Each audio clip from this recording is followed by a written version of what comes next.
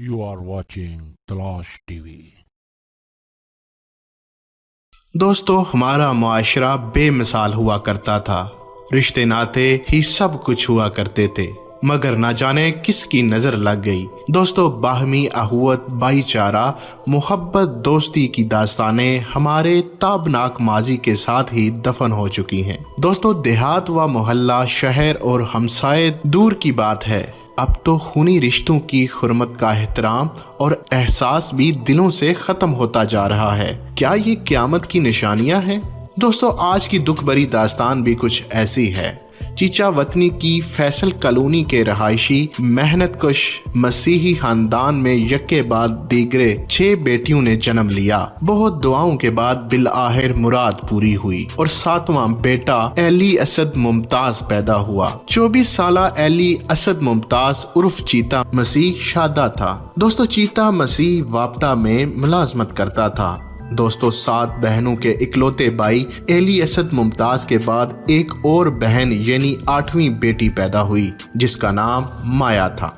21 साल माया घर वालों के बेजाला डो प्यार की वजह से और मोहब्बत की वजह से काफी हद तक आजाद ख्याल हो चुकी थी और अपनी मनमानी अपनी सोच के मुताबिक जिंदगी गुजारने जैसी सोच उसमें पैदा हो चुकी थी।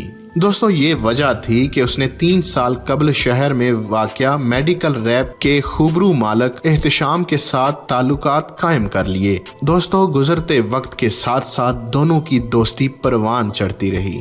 आपस में कभी जुदा ना होने की कस्में खाई गईं और शादी के अहद भी किए गए।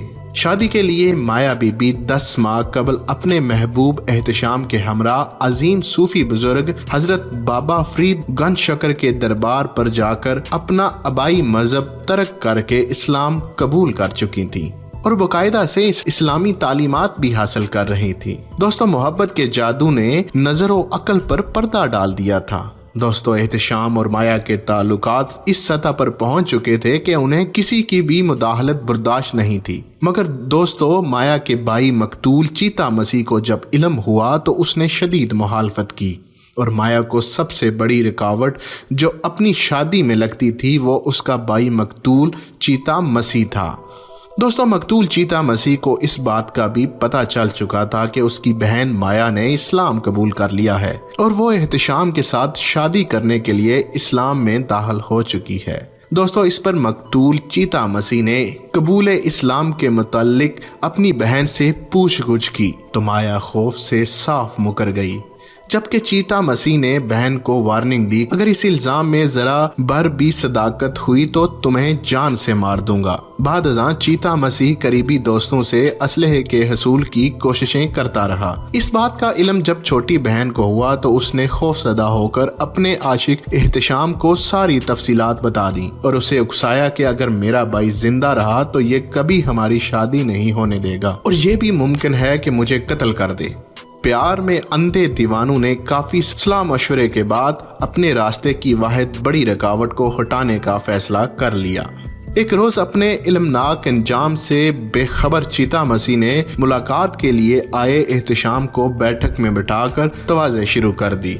इसी दौरान एहतशाम ने इसकी चाय में नशा आवर शय मिला दी, जिससे वो नीम बेहोश हो गया। कुछ देर बाद माया भी वहां पहुंच गई और मौका गनीमत देखते हुए अपने इकलौते हकीकी भाई के गले में दुपट्टा डालकर पूरी कुव्वत के साथ खींचना शुरू कर दिया, जबकि इसके महबूब ने अपने मोबाइल पर वीडियो बनाना शुरू कर दी, जिसमें वाज़िया तौर पर देखा जा सकता है कि वो भाई को कत्ल करते वक्त हंस रही है। इसी असना में मकतूल की बीवी अपने हमसाये के हमरा गैर मुतवक्को तौर पर अचानक बैठक की जानब आई तो उसने ये सारा मंजर देख लिया।